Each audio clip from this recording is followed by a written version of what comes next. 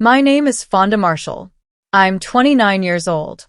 And on my wedding day, I found my dad standing in a hallway with no seat while 9 people from my husband's family sat at the table that was supposed to be his.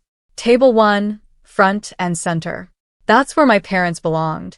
Instead, someone moved them to table 14, the last table in the room, wedged between the kitchen door and a trash can.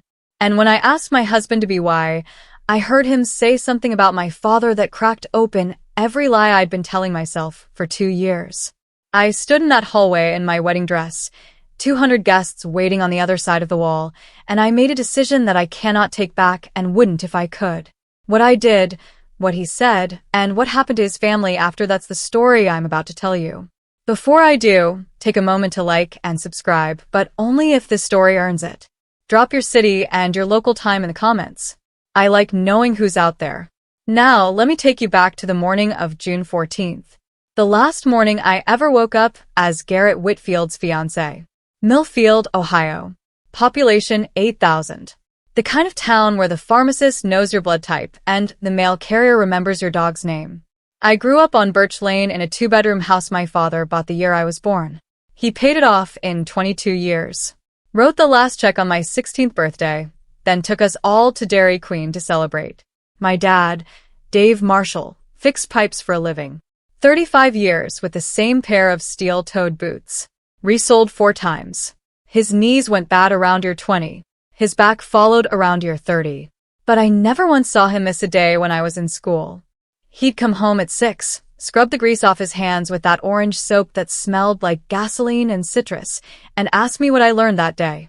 My mom, Linda, worked the cafeteria line at Millfield Elementary. She served lunch to 400 kids a day and knew every single one by name. She knew which ones were lactose intolerant, which ones had peanut allergies, and which ones came to school hungry because there wasn't food at home. Those kids always got extra helpings. Always. We weren't wealthy. I shared a bedroom wall with the water heater. My winter coat in 7th grade was my cousin's from 2 years before, but the door was always open. Dinner was always hot, and my parents never once made me feel like I was missing anything. I got through college on a scholarship and student loans. Became a nurse practitioner at the community clinic on Route 9. Paid off my debt by 28. I built that life with my own hands. But the foundation, that was Dave and Linda Marshall. I thought a family like that was enough for anyone. I was wrong. I met Garrett Whitfield on a Tuesday in October, 2 years before the wedding.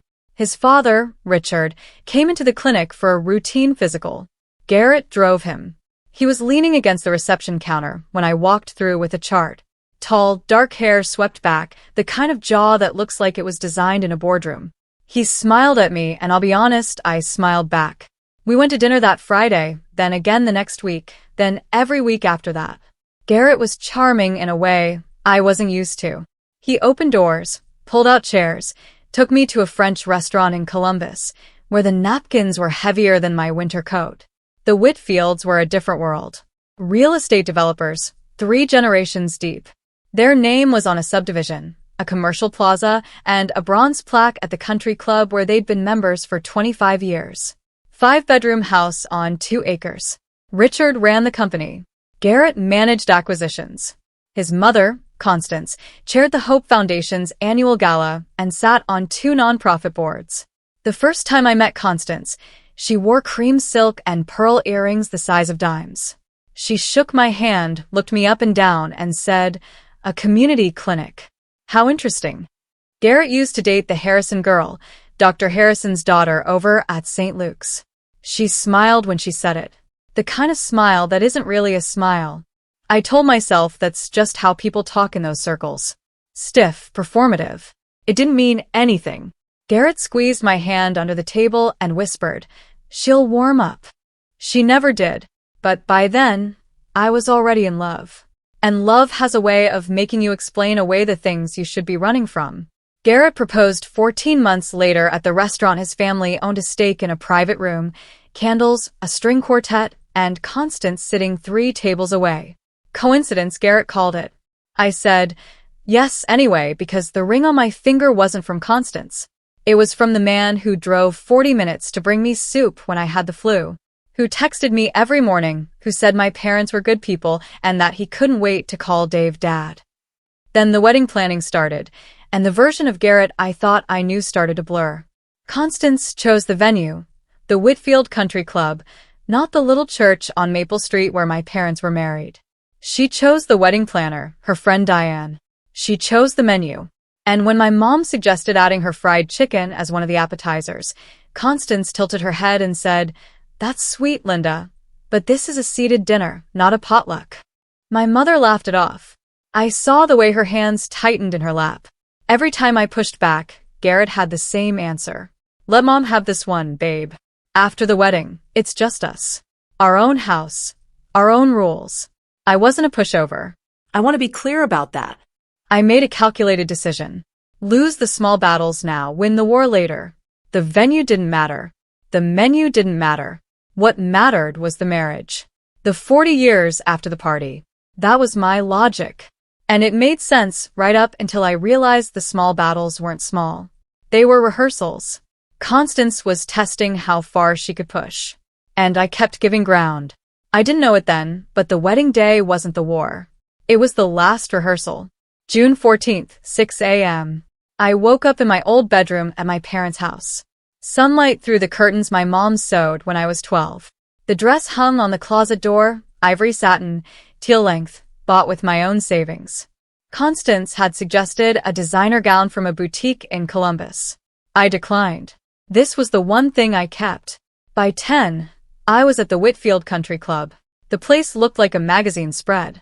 White peonies in crystal vases, ivory linens, gold-rimmed chargers at every seat, 300 candles, a 12-piece string ensemble warming up in the garden, $85,000 worth of venue, decor, and catering, mostly covered by the Whitfields. Mostly 200 guests were expected, half from the Whitfield side, business associates, country club members, the mayor's wife, the Hendersons, the Porters. The other half were mine.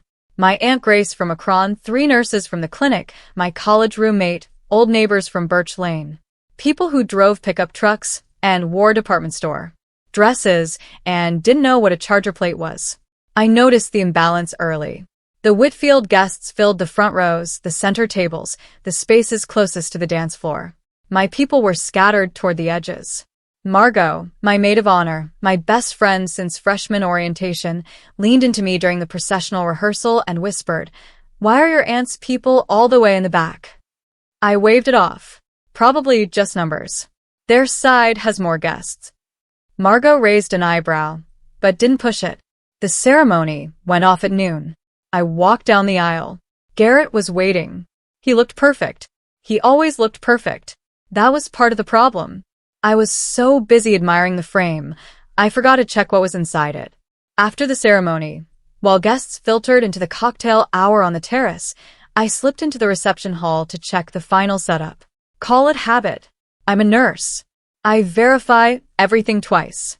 The room was gorgeous. 20 round tables draped in white gold placers in tiny brass stands. Table 1, the head table directly in front of the dance floor, and the stage was set for 10. That's where both sets of parents were supposed to sit along with Garrett's grandmother and my Aunt Grace. I walked to table 1 and picked up the first place card, Gerald Whitfield, Constance's brother. I picked up the next one, then the next.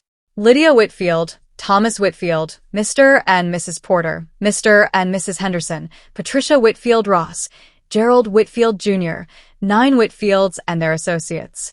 No marshals. My chest tightened. I started checking the other tables.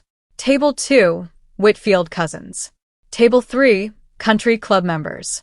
I kept going. Table 10. Table 12. I found them at table 14, the last table, tucked against the far wall next to the swinging kitchen door. I could hear pots clanging on the other side. The chairs weren't the polished mahogany that matched the rest of the room. They were padded folding chairs, the backup kind. A service cart with dirty glasses sat 2 feet away. The overhead light above the table was dimmer than the others because it was a utility fixture, not a chandelier.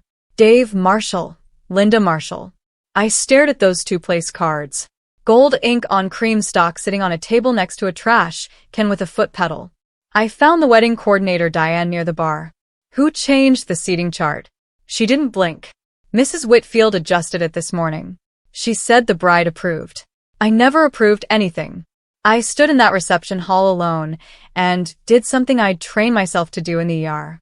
Triage table 14, swinging kitchen door, clanging pots, folding chairs, a trash can with a foot pedal 2 feet from where my father would eat his daughter's wedding dinner. If I said nothing, here's what would happen. My parents would sit there. They wouldn't complain. My dad would straighten his tie, the one he bought in 2009, the only good one he owned, and he'd smile and say, "It's fine, sweetheart." My mom would fold her napkin in her lap and pretend she couldn't hear the dishwashers running 6 feet behind her head. And Constance would know. She'd know she could move Dave and Linda Marshall anywhere she wanted. The back of the room, the parking lot, out of the frame entirely, and no one would say a word. Every Thanksgiving after this, every Christmas, every grandchild's birthday, Dave and Linda would always be table 14. The people who didn't quite fit, the ones you seat near the service entrance so the important guests don't have to look at them. I thought about my dad's hands. 35 years of copper pipe and joint compound. He could rebuild a bathroom in a day. He saved 6 months to buy that suit. I thought about my mom's dress. She'd sewn it herself, altered an old one, added lace at the sleeves, replaced the zipper.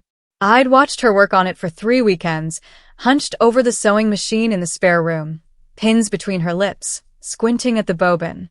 These people fed me, raised me, drove through snowstorms to get me to school, and someone decided they belonged next to a trash can. I went to find Garrett. I thought he'd fix it. I thought he'd be angry on my behalf. I was wrong. For the second time that day. I know some of you watching right now are thinking about your own parents. Maybe yours were the ones who worked double shifts so you could have braces. Maybe they drove 3 hours to every school play. If you've ever had someone look at your family like they weren't enough, type "my family is enough" in the comments. Because what I'm about to tell you next is the reason I'll never let anyone put my parents at table 14 again. I found Garrett in the groomsmen's suite. He was standing in front of a full-length mirror adjusting his cufflinks. Silver monogrammed "a gift from Constance," who moved my parents off the head table. He didn't look up from the mirror. "Mom rearranged some things this morning.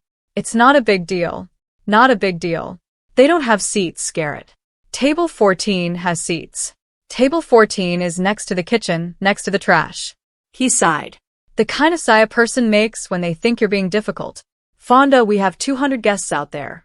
Can we not do this right now?" When then, after dinner, after they've already sat there for 3 hours. He turned from the mirror. His face was calm, patient. The face of a man who'd practice looking reasonable while saying unreasonable things. "Mom has her reasons. The Hendersons and Porters are sitting at table 1. They're important. More important than my parents." I didn't say that. "You didn't have to." He stepped toward me, put his hand on my arm. Gentle, rehearsed. "Baby, you're stressed. It's your wedding day. Let's get through dinner, and I'll talk to Mom tomorrow." Tomorrow? That was always the answer. Tomorrow after the engagement party. Tomorrow after the shower. Tomorrow after the wedding. Tomorrow never came. I searched his face for something. Anger, guilt, surprise, anything that would tell me he didn't know about this until right now. There was nothing. No surprise, no outrage. He'd known since morning, maybe longer. He knew Constance moved my parents to the back of the room and he'd gotten dressed, fixed his cufflinks, and checked his hair in the mirror. I walked out without another word. I still had one more door to open. On my way back through the corridor, I stopped at the welcome table near the entrance. A stack of printed programs, ivory cardstock, gold lettering, sat in a neat row next to the guest book. I picked one up and opened it. Page 2, with love and gratitude to our families. Below that heading, a list: Richard and Constance Whitfield, Gerald and Lydia Whitfield, Thomas Whitfield, the Whitfield Family Foundation. For lines, all Whitfield. I flipped the card over, checked the back, checked inside the fold. Dave and Linda Marshall were nowhere. In the original version, the one I'd approved 3 weeks ago, my parents were listed first. With deepest love to Dave and Linda Marshall, whose sacrifices made all of this possible. I'd written those words myself. Constance had seen the proof. She hadn't objected. She hadn't needed to. She just waited until the morning of the wedding and had Diane reprint them. My parents' names erased, not just from the table, from the record. I found Margot near the bridesmaid's room, touching up her lipstick. One look at my face and she set it down. What happened? I told her. The table, the program, Garrett's reaction, all of it. 30 seconds, no pauses. Margot didn't flinch. She didn't gasp or say, "Oh my God," or tell me to calm down. She just closed the lipstick cap, put it in her clutch, and looked at me. "What do you want to do?" I don't know yet. "Okay, what do you need from me?" Stay close. "I'm here, Fawn. I'm right here." She didn't say, "I told you so." Margot had warned me about the Whitfields 6 months ago. Gently once, and then never again. She respected my choices, even the ones she disagreed with. That's why I trusted her more than anyone in that building. I still didn't know what I was going to do, but I knew the next thing I needed to hear would decide everything. I walked back toward the groomsmen's suite. I wasn't eavesdropping. I was going to try one more time to stand in front of Garrett and say, "Fix this, or I don't walk into that room." The door was cracked open. 3 and maybe 4. Enough to hear everything. Constance's voice first. Low, controlled, the way she always sounded when she was most dangerous. "Garrett, look at her father. That suit is from 2005. And her mother. My God, did she sew that dress herself? They look poor. You cannot have them sitting at the front table. Our guests will think." "I know, Mom. The Hendersons are sitting right there. Jim Porter and his wife. These are the people who matter, Garrett. Not, I'm sorry, but not a plumber and a lunch lady. You're right. The Marshalls are fine in the back. It's more appropriate." A pause, then Constance. Quieter. "You should have listened to me from the start. She doesn't belong here. She doesn't belong here." I pressed my hand against the wall. The hallway tilted. I heard my own pulse in my ears. Hard, slow, like a door being locked from the inside. My father, the man who spent 35 years on his knees under kitchen sinks, who had 2 bad knees and 1 good suit, who drove 4 hours round trip every weekend to visit me in college because he thought the dining hall food wasn't enough. A plumber and a lunch lady. That's what they called him. That's what they called her. And the man I was supposed to spend my life with said, "You're right. There are sentences you can unhear." This wasn't one of them. I stepped back from the door. My hands weren't shaking anymore. Something had gone very still inside me, like the moment in the ER right before a code when the noise stops and everything becomes clear. I pushed the door open. Constance turned first. Her face froze half a second, maybe less, then rearranged itself into that smile. The one that looked like hospitality but felt like a locked gate. "Fonda, sweetheart. You look stunning." I heard everything. Garrett's jaw tightened. "Heard what?" "We were just Dad looks poor. Mom sewed her dress. They don't belong at the front table." I held his gaze. What part did I misunderstand? Constance stepped forward, hands clasped, the chairwoman posture. "Fonda, this is just a seating arrangement. We're trying to make sure. You called my father a plumber, like it was an insult. You called my mother a lunch lady, like she should be ashamed of it. I didn't mean. And you?" I looked at Garrett, said they were fine in the back, that it was more appropriate. Garrett's voice dropped. Smooth, calm. The voice he used in client meetings when a deal was going sideways. "You're emotional right now, Fonda. It's your wedding day. Let's take a breath." And I am breathing, Garrett. I've never been more clear. Constance glanced at her son. A quick, sharp look. The kind that said, "Handle this." Garrett tried again. "Baby, come on. Let's not ruin." "I'm not ruining anything. You already did." I turned and walked out. The hallway was quiet. 60 feet of polished hardwood between me and the reception hall. Behind me, I heard Constance hiss something to Garrett, too low to catch. His footsteps didn't follow. He didn't come after me. And that was the last answer I needed. I walked straight toward the reception hall, but I didn't go inside. Not yet. I went to find the only people in this building who had never, not once, made me feel like I wasn't enough.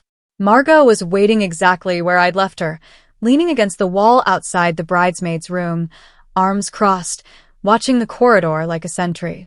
Tell me, she said. I told her word for word. Constance's voice, Garrett's agreement, the plumber and the lunch lady. Margot was quiet for 5 seconds. Then, what are you thinking? I'm thinking I can't sign my name to this. She nodded once. No drama, no gasping, just the focused expression she wore in courtrooms. Okay, then here's what you need to know. She lowered her voice. The ceremony is done, but the marriage license, you haven't signed it yet. Diane has it. The plan was to do the signing after dinner, remember? At the sweetheart table during dessert. I remembered. Constance had insisted on making it a moment. The bride and groom signing in front of guests like a performance. So, legally, you're not married. The ceremony was symbolic until that paper gets signed, witnessed, and filed with the county. No signature, no marriage, no annulment needed, no divorce, nothing. I let that sink in. The officiant's words, the vows, the rings, none of it was binding yet. The only thing that mattered was a signature on a piece of paper sitting in Diane's leather folio. How long do I have? As long as you don't sign. But Fawn, once you walk in there, once the toasts start, once Diane brings out that license, the pressure to sign in front of 200 people is going to be enormous. I know. So, whatever you're going to do, you need to decide before you sit down. She put her hand on my arm. Firm, steady. I'm your lawyer and your best friend. In that order tonight, whatever you choose, I'm standing next to you. I found my parents at table 14. Dad was sitting upright, hands flat on his knees, the way he always sat when he was uncomfortable, but too proud to show it. His suit jacket was buttoned. His tie was straight. He'd polished his shoes that morning. I could tell because they had that dull shine that came from drugstore polish in a kitchen rag. Mom sat beside him, smoothing a crease in her dress. She'd altered it herself, taken in the waist, added lace to the sleeves, replaced the zipper. 3 weekends of work. I'd watched her hunch over the sewing machine in the spare room, pins between her lips, squinting at the bobbin. A server pushed through the kitchen door behind them. It swung open with a bang, letting out a blast of heat and the clatter of stacking plates. Mom flinched. Dad didn't move. Hey, sweetheart. Dad smiled when he saw me. You look beautiful. Dad, I'm so sorry about don't. He held up one hand. I can sit anywhere, baby girl. This is your day. It's our family's day. He looked at me for a long moment. Something moved behind his eyes. Not anger, not sadness, but something quieter.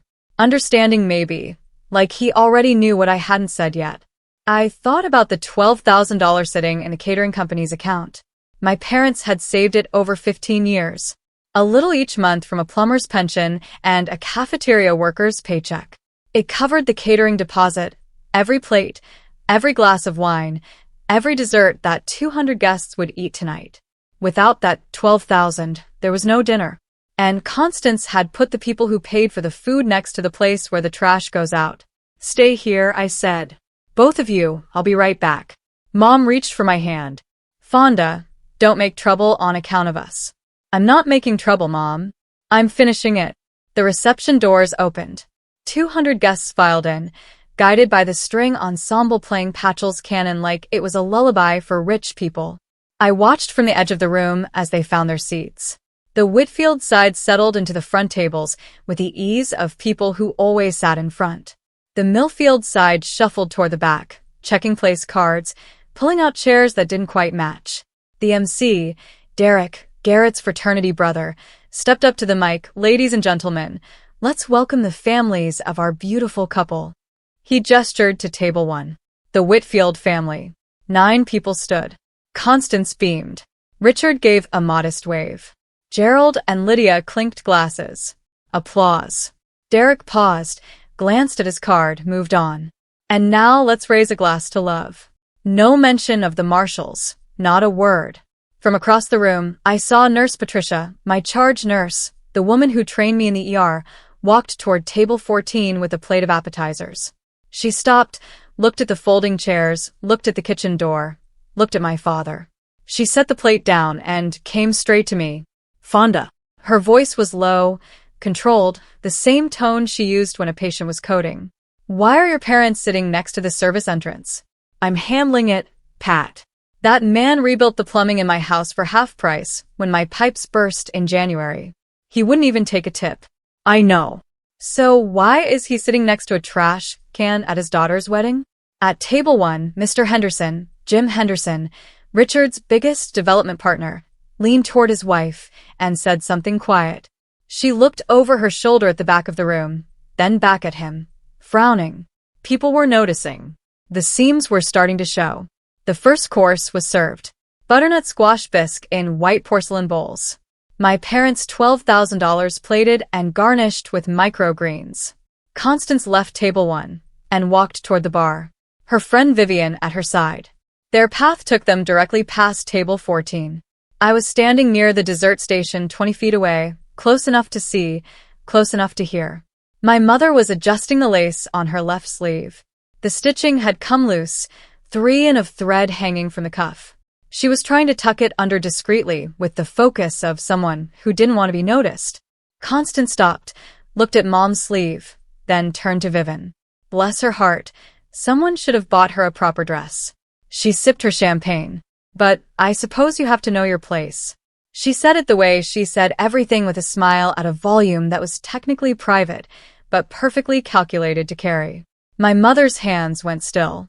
She stopped fiddling with the sleeve. Her eyes dropped to the table. Dad reached under the tablecloth and took her hand. He didn't say anything. He just held it. I have watched patients flatline. I have held a child while a doctor delivered a terminal diagnosis to her mother. I have seen things in the ER that would keep most people awake for weeks. But watching my father, Dave Marshall, the strongest man I have ever known, sit there and absorb that woman's contempt while holding my mother's hand under a folding table next to a trash can. That was the worst thing I have ever seen, because for the first time in my life, I saw him ashamed. Not of himself, of the situation, of being put somewhere he didn't deserve to be, and not being able to fix it. I was done, completely and irreversibly done.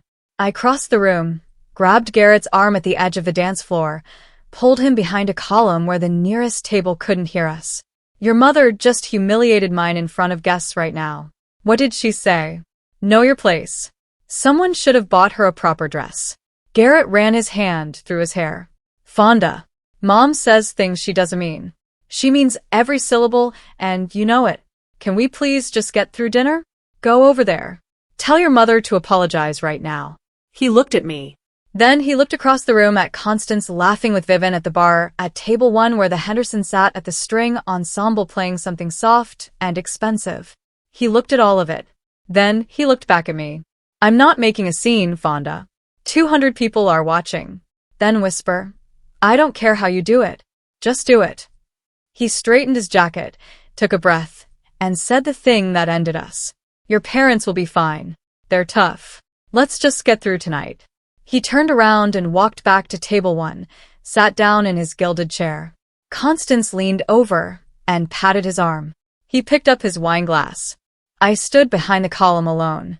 The string quartet shifted into something by Vivaldi. Servers glided past with trays of seared salmon. My $12,000 salmon. 200 people laughed and clinked glasses in a room where my parents didn't have a seat worth sitting in. Garrett chose. He chose the table. He chose the room. He chose his mother. Now it was my turn. I went straight to table 14 and sat down. Not in the chair assigned to me, at the sweetheart table. Not next to the groom, between my parents. Mom looked at me confused. Honey, you should be up front. My family's here, so I'm here. Dad studied my face. He'd known me for 29 years. He could tell when I was about to do something. Fonda. His voice was quiet. Careful. Don't do anything on our account. I'm not doing this for you, Dad. I'm doing this for me. I looked across the room to the bridesmaids' table. Margot was already watching. I met her eyes and gave a single nod. She nodded back. Then she reached under the table, grabbed her clutch, and stood up. I took one breath, then another. Then I pushed back my chair and stood. The walk from table 14 to the stage was maybe 60 feet. It took me about 30 seconds.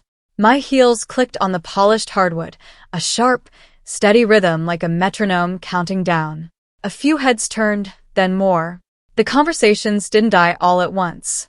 They faded table by table like ripples moving backward. By the time I reached the stage, the room was almost silent. Derek, the MC, was mid-sentence into some anecdote about Garrett's college days.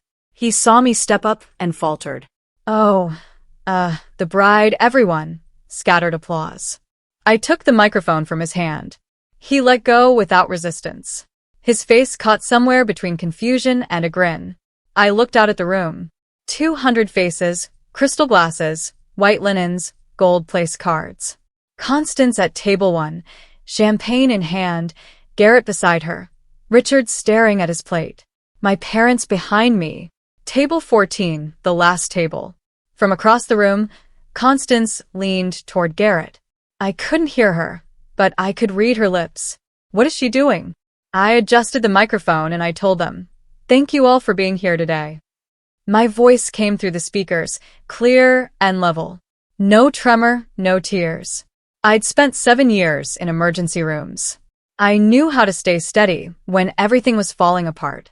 I know you came to celebrate a wedding, and I owe you the truth about what's happening in this room. The last murmur died. 200 people went still.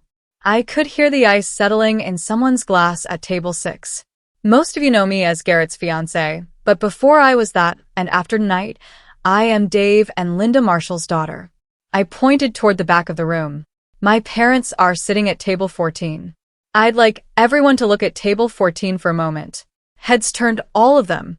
200 pairs of eyes swept to the back corner, past the bar, past the dessert station, past the kitchen door, and found Dave and Linda Marshall sitting at a folding table between a service cart and a trash bin. I watched the reactions move through the room like weather. Confusion first, then recognition, then the slow tightening of faces as people understood what they were looking at. Jim Henderson put down his fork. His wife, Carol, pressed her hand to her mouth. Nurse Patricia, standing near the wall, closed her eyes and shook her head once. At table 1, Constance's smile hardened into something ceramic. Her hand gripped the stem of her champagne flute. Garrett sat beside her, jaw locked, eyes fixed on me. 12 hours ago, I continued. My parents were seated at this table, table 1, right here in front where the families of the bride and groom are supposed to sit. That was the seating chart I approved. I let the sentence sit. This morning that changed. This morning, someone walked into this room and replaced every place card at the head table. My parents were removed and reassigned to the last seat in the house, next to the kitchen, next to the service entrance, next to the trash. I paused. Let the room absorb it. That person was Constance Whitfield. Every head at table 1 turned toward her. Constance sat perfectly still, her chin lifted, but the color had left her face. Her fingers on the champagne flute went white. Richard looked down at the tablecloth. He didn't move. When I confronted my fiancé, when I told him what his mother had done, he told me not to make a scene. I kept my voice even factual, like reading a chart out loud during rounds. And when I heard him speak to his mother privately, he said, and these are his exact words, "The Marshalls are fine in the back. The Hendersons and Porters are more important." Jim Henderson pushed back from the table. Not dramatically, just enough to create distance between himself and the Whitfields. His wife stared at Garrett with an expression I recognized from the ER. The look people get when they realize they've been standing next to something unsafe. Garrett stood up. "Fonda, that's not your twisting." Sit down, Garrett. I didn't raise my voice. I didn't need to. You had your chance to stand up for my family. You chose not to. He stayed on his feet for 3 more seconds. Then Constance pulled his sleeve, and he sank back into his chair. The room was so quiet I could hear the kitchen door creak on its hinge. My Aunt Grace, sitting at table 11, put her hands flat on the table and whispered, "Tell them, baby. Let me tell you about the people who were moved to table 14. I turned slightly, just enough to see my father in my peripheral vision.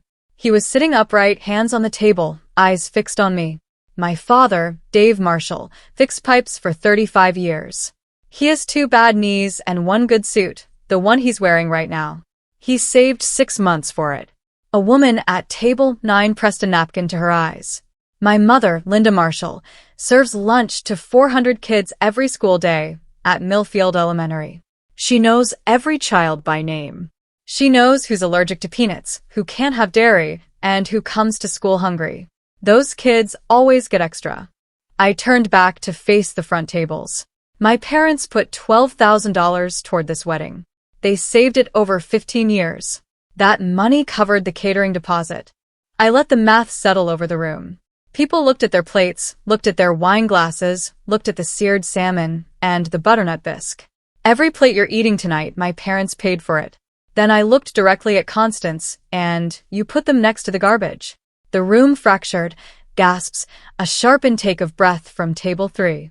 Vivian, Constance's friend, set her glass down and put 6 in between herself and the woman she'd been laughing with 20 minutes ago. From the back, a man I didn't recognize, someone from the Millfield side, stood up. Then Nurse Patricia, then my Aunt Grace. They didn't say anything. They just stood like witnesses. Constance opened her mouth to speak. Nothing came out. Garrett stared at his plate.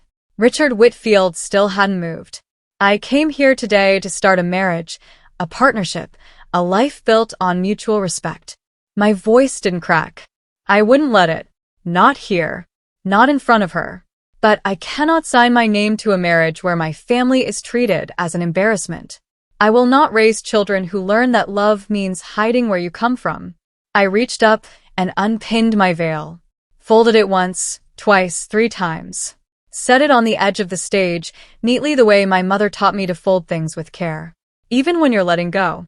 To the guests from Millfield, thank you for driving here. Thank you for celebrating with my family. We're going home. I looked at Constance one last time. To the Whitfields, I wish you well genuinely, but I deserve better than a man who sits in silence while his mother calls my father poor. And my parents deserve better than table 14. I set the microphone on the stand gently. No slam, no drop, just placed it the way you put down a tool when the job is finished. I stepped off the stage and walked to the back of the room, my heels on the hardwood again, that same steady rhythm, 60 feet this time, nobody talked over it. Dad stood when I reached him. Mom was crying.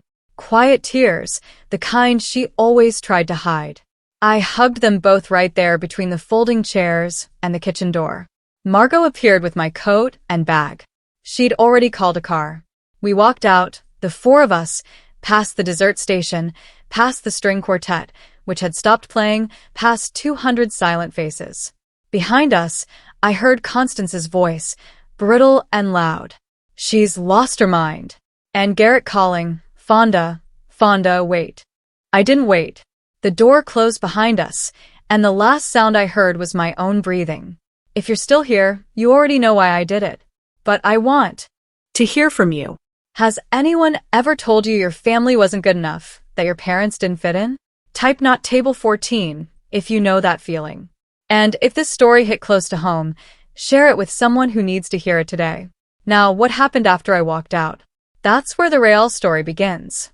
That night, I sat at the kitchen table in my parents' house. Same table I'd done homework on since 3rd grade. Formica top, chrome legs, a chip in the corner from when I dropped a cast iron skillet in high school. Mom made coffee. Dad sat across from me and said nothing, which was his way of saying everything. At 9:15, Margot called. The marriage license is still unsigned. I confirmed with Diane. She has the original document. It was never signed, never witnessed, never filed. So legally you were never married, not for a single second. No annulment required, no divorce proceedings, nothing. You walked away clean. I exhaled. One knot in my chest loosened. There's more, Margot said. Under Ohio law, since you cohabited, he may try to claim some shared property, but your lease is in your name and your bank accounts are separate. You're in a strong position. Okay, one more thing. He's been calling 17 missed calls from Garrett, 3 from Constance, 1 from Richard. Block all 3 already done. After Margot hung up, I sat in the kitchen for a long time. Dad had gone to bed. Mom was washing the coffee mugs. Even though the dishwasher was empty, she always washed things by hand when she was worried. My phone was silent now. No more calls, no more texts alternating between, "Baby, I'm sorry, and you humiliated my family, and you'll regret this." I didn't need his apology. I needed him to have stood up 6 hours ago and said, "That's my wife's family. Put them back where they belong." He didn't, and I couldn't undo what I'd heard. Mom dried the last mug, set it in the cabinet, and kissed the top of my head on her way to bed. "I'm proud of you," she said. "Your father is, too. He's just no good at saying it." 2 weeks later, I threw up in the bathroom at 7 in the morning. Then again at noon, and again at 4 o'clock. I bought a test at the CVS on Route 9. The one where the pharmacist, Gail, had known me since I was 6. She looked at the box, looked at me, didn't say a word, just rang it up, and handed me the bag. Positive. 2 pink lines, sharp and unmistakable, on the bathroom floor of my parents' house. I sat on the tile and cried. Not the way I'd expected to cry if this ever happened, with joy or surprise, or that breathless gratitude people describe in pregnancy announcement videos. I cried because my life had just become 10 times more complicated. And I was sitting on a floor that still had the same grout my dad installed in 1998. I was going to be a mother, and the father was a man I'd walked away from in front of 200 people. The question came fast. Tell Garrett. The answer came faster. Yes, this child had a right to know both parents. But telling him didn't mean going back. It didn't mean second-guessing. It didn't mean trading my dignity for a co-parenting arrangement wrapped in Whitfield money. Mom found me an hour later. She came in for towels, saw the test on the counter, and went very still. Then she sat on the floor beside me. Cold tile, bad knees. She didn't ask questions. She just put her arm around me and held on. "You're not alone," she said. "You've never been alone." "I know, Mom. Your dad's going to lose his mind. In the good way." I almost laughed. Everything was harder now. But harder didn't mean wrong. And alone didn't mean defeated. Not when I had a mother who'd sit on a bathroom floor without being asked. I told Garrett by email. Margot reviewed every word before I sent it. 3 sentences. Professional final. "I'm pregnant. I'm keeping the baby. If you want parental rights, all communication goes through legal counsel." His response came in waves. The first email, "Come home, Fonda. We'll raise this baby together. We can fix this." The second, 4 hours later, "My family will fight for custody. You have no idea what you're up against." The third at midnight, "You're making the biggest mistake of your life." 3 emails, 3 different men pleading, threatening, predicting ruin, all from the same person who couldn't stand up to his mother over a seating chart. Then Constance called. She'd gotten a new number. Mine was blocked, so she tried the house line. Dad answered. I was standing in the kitchen doorway. "Mr. Marshall," Constance said, her voice perfectly measured. "I trust you understand that this child is a Whitfield. We have the best attorneys in the county." Dad looked at me. I nodded. "Mrs. Whitfield," he said, "my daughter has a lawyer. Talk to her, not to me." He hung up, set the phone down gently, went back to his coffee. That week, Margot connected me with her colleague, Hannah Wells, a custody attorney out of Columbus. Hannah was direct. "Ohio courts favor the primary caregiver. You have stable employment, family support, and no history of instability. His family's money is not a legal argument." I filed the paperwork, everything through proper channels, no phone calls, no confrontations, no emotional negotiations, just documents, deadlines, and boundaries. Constance had said they had the best attorneys in the county. Maybe they did, but I had something she didn't anticipate. A woman who stopped being afraid of her on a Saturday in June. The fallout came quietly. No explosions, no headlines, just the slow, steady erosion of everything the Whitfields had built their reputation on. Jim Henderson called Richard the following Monday. I didn't hear the conversation firsthand. I heard it later secondhand through Margot, who heard it from Hannah, who heard it from a paralegal whose husband played golf with Henderson. "Richard, I've been thinking about the development on Oakage. I'm not comfortable moving forward." "Jim, what does a wedding have to do with the business deal? If that's how your family treats the people closest to you, I need to think about how you treat a partner when things get difficult." Henderson pulled out of the Oakage project, a mixed-use development worth, by local estimates, somewhere north of $300,000 in Henderson's share alone. Richard had to find a new investor. The project stalled 8 months. 3 weeks after the wedding, the The Hope Foundation board met behind closed doors. Constance had chaired their annual gala for 6 years. She'd raised more money than any previous chair, but the board had received calls, donors asking questions, members uncomfortable with the optics. Constance wasn't fired. That's not how these things work in small-town society. She was invited to step back, to focus on family.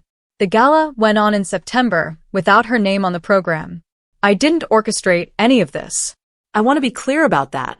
I never called Henderson. I never contacted the foundation. I never posted on social media. I never told anyone outside of Margot and my parents what happened in that hallway. I didn't have to. 200 people watched. Constance Whitfield put a plumber and a lunch lady next to the trash. And 200 people went home and talked about it. Consequences don't always come with a microphone. Sometimes they come with a phone call on a Monday morning. A month after the wedding, Garrett showed up at my parents' house. I was upstairs. I heard the knock, then the screen door creak, then my father's voice. Garrett. Mr. Marshall. I came to apologize.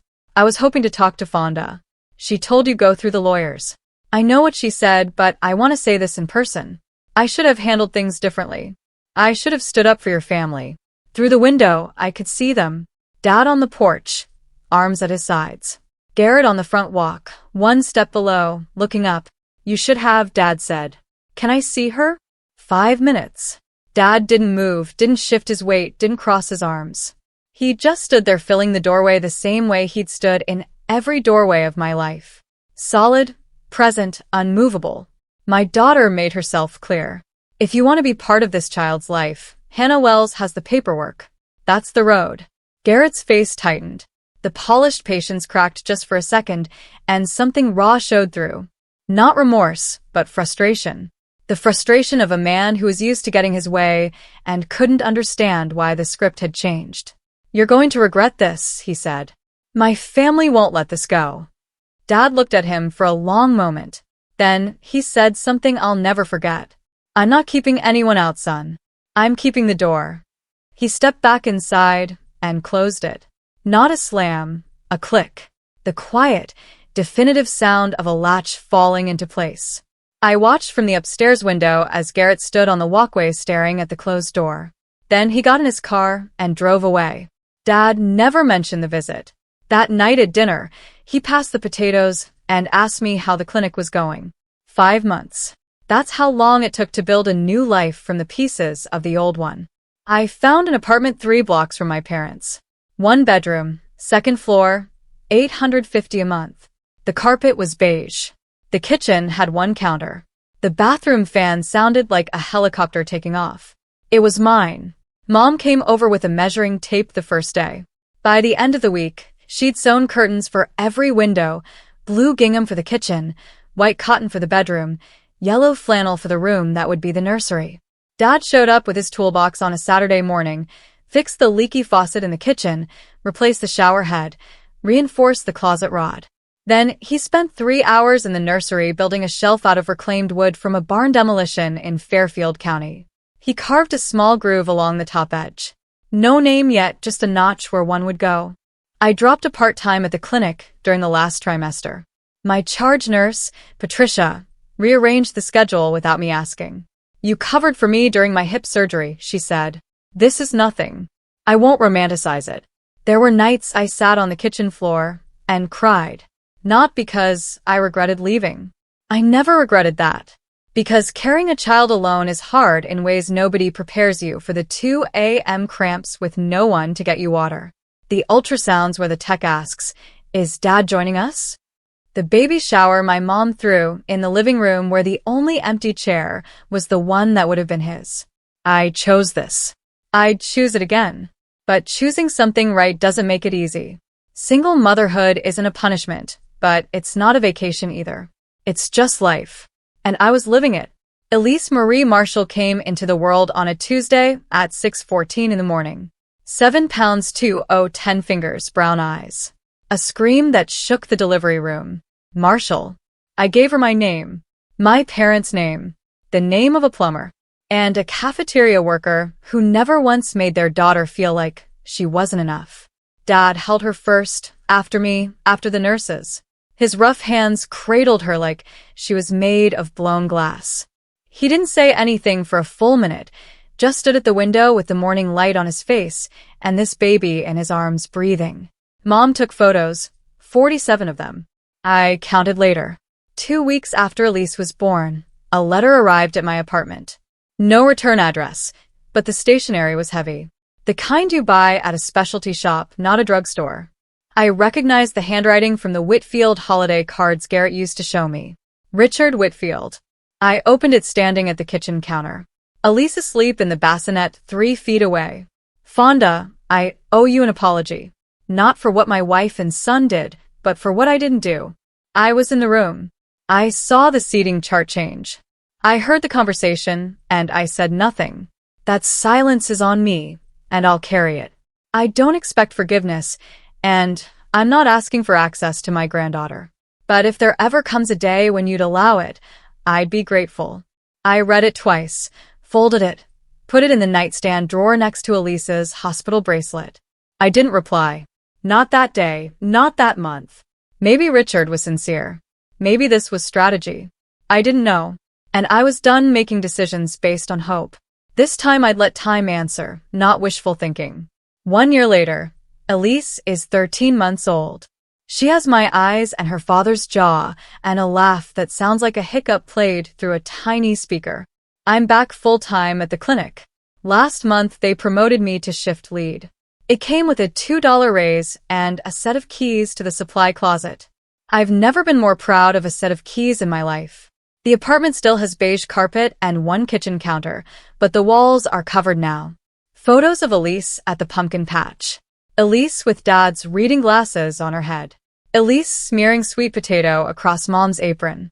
The bookshelf Dad built holds 32 children's books and 1 framed picture of my parents on their wedding day, 1991, standing outside the church on Maple Street. The custody arrangement went through family court in October. Garrett gets 2 weekends a month. He picks Elise up at 9, returns her by 5 on time every time. I'll give him that. Constance is not part of the arrangement. Not because I banned her, but because I set one condition. Any visit with extended family requires my presence or my parents' supervision. Constance called it an insult. I called it a boundary. She hasn't met Elise. Not because the door is locked, but because she won't walk through it on anyone's terms but her own. Garrett and I communicate through a co-parenting app, short messages, pickup times, doctor's appointments, no small talk, no arguments, just logistics. He's different on handoff days. Quieter. He holds Elise a little longer before giving her back. Once I saw him smell the top of her head and close his eyes, and something in my chest acted, not for him, but for the version of him that might have existed if he'd been brave enough to choose differently on a Saturday in June. Sunday dinner at the Marshall house, 6 o'clock, same as every week since I came home. The table is the one I grew up with. For Mike top, chrome legs, that chip in the corner, 6 chairs, and not a single one matches. Dad's is a wooden rocker he refinished from a yard sale. Mom's has a cushion she crocheted in 2004. Mine is a folding chair from the garage, the good kind, with a padded seat. There's no place cards, no chargers, no string quartet. Mom made her fried chicken, the recipe Constance cut from the wedding menu. Mashed potatoes from scratch. Corn on the cob because Elise likes to hold it even though she doesn't have enough teeth to eat it. Margot is here and her boyfriend Tomas, who she met at the courthouse last spring. Patricia came too. She brings pie every Sunday now and claims it's because she bakes too much. Nobody believes her. Nobody cares. Elise is in Dad's lap, grabbing at his glasses. He lets her. He always lets her. You know, he says to her, close and quiet, like he's sharing a secret. Your grandpa used to fix pipes for this whole town. Now I just fix things for you. She throws a spoon on the floor. Everyone laughs. I look around the table. The overhead light buzzes a little. Dad says he'll fix it next week. The wallpaper in the hall is peeling at the seam. There's a draft from the back door that Mom covers with a rolled towel from November to March. No champagne, no crystal, no $85,000 venue, but every person at this table chose to be here. Every person belongs and nobody is sitting next to the trash. This is my table 1. I'm not telling you this story to teach you anything. Everybody's situation is different. Everybody's breaking point is different. And I don't know your table 14, but if you're sitting in one right now, if there's a room in your life where you're always in the back, always near the door, always made to feel like you should be grateful for the chair instead of asking why it's next to the garbage, I want you to know something. You can stand up. You don't need a microphone. You don't need 200 witnesses. You don't need a lawyer standing in the hallway or a father blocking the door. You just need to know in your bones, past the doubt, past the guilt, past the voice that says, don't make trouble, that the people you love deserve better. And if the person you chose agrees when someone calls your family poor, that person didn't choose you. They chose convenience. They chose comfort. They chose the easier version of love, the kind that doesn't require courage. That's not love. That's a seating chart. My name is Fonda Marshall. I'm 30 now. I'm a nurse, a mother, a shift lead, and Dave and Linda Marshall's daughter. I live in a one-bedroom apartment with beige carpet and a bookshelf my dad built from barnwood. My daughter laughs like a hiccup, throws spoons on the floor, and has never once sat at a table where she didn't belong. And I have never been prouder of where I come from. That was my story. Now I want to hear yours. If you've ever had to stand up for your family, type table 1 in the comments. If you think I made the right call or the wrong one, tell me. I want to know. And would you have answered Richard's letter? That's what I'm still figuring out myself. If you're new here and this resonated with you, hit subscribe. I share stories like this every week. And there's another one in the description I think you'll connect with. Thank you for staying until the end.